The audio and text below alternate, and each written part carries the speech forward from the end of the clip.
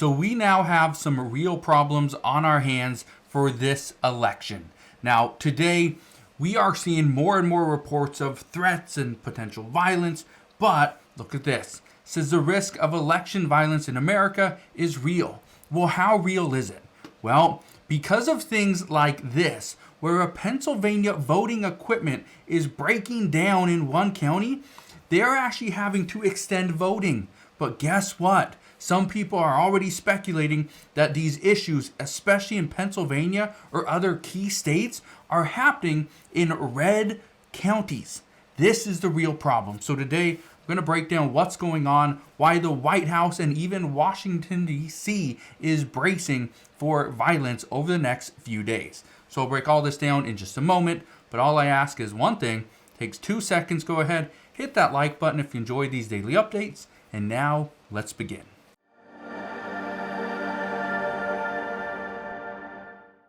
So this is serious. When we are seeing right now that more and more reports are coming out that the risk of election violence is real, this is a very serious cause for concern.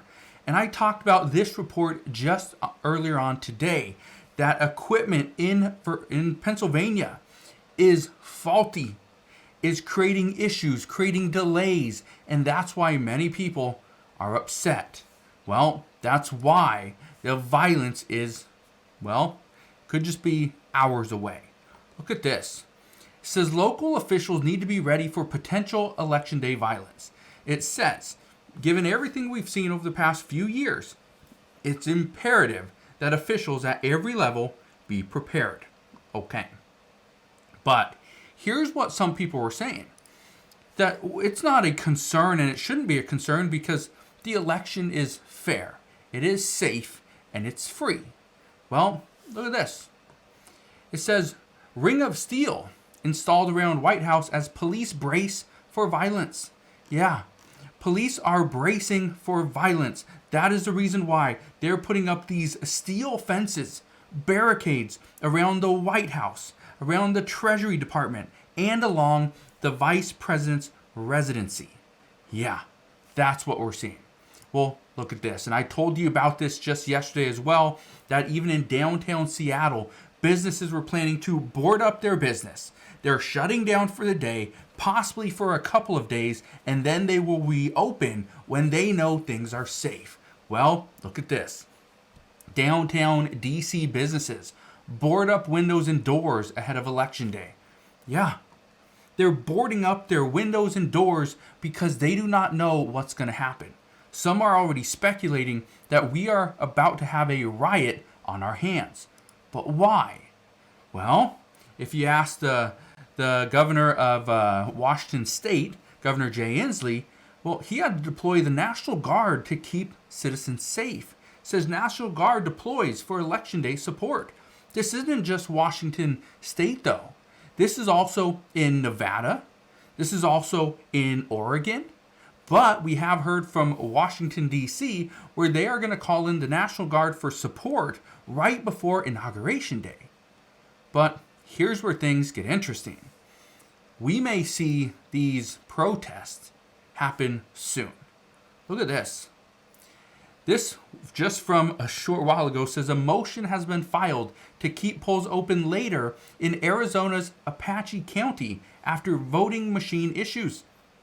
This is not the only voting machine issue we have heard of today. Many issues regarding the voting machines. And look at this one. This is where things get very interesting. A Kentucky judge denies request to extend voting hours in Jefferson County after reports of delays. Now, here's what we know. If you are in line to vote and it turns to 8 p.m., okay? Again, 8 p.m. today at your local time. That's when all voting is supposed to end. Okay? Here's the problem. If you're in line, they are supposed to allow everybody that is in line to continue to vote. Everybody that gets there after, you are turned away. Here's what some are concerned with. That they're going to get there. It's going to be, and when this video goes up, it will be 8 p.m. Eastern Standard Time.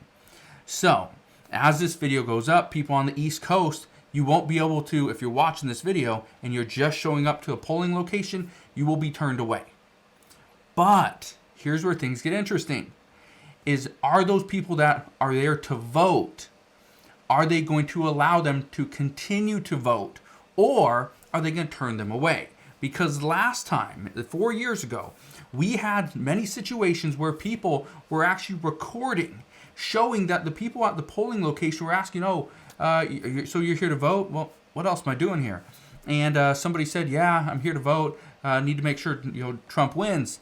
And they're sorry, we actually can't let you vote today. You had to vote by 8 p.m. whatever. But then the people that were voting for then current President Joe Biden, they allowed them to vote. Now, I'm not saying that's happening again. I'm just saying we saw many reports of that last time, and even video of people doing that.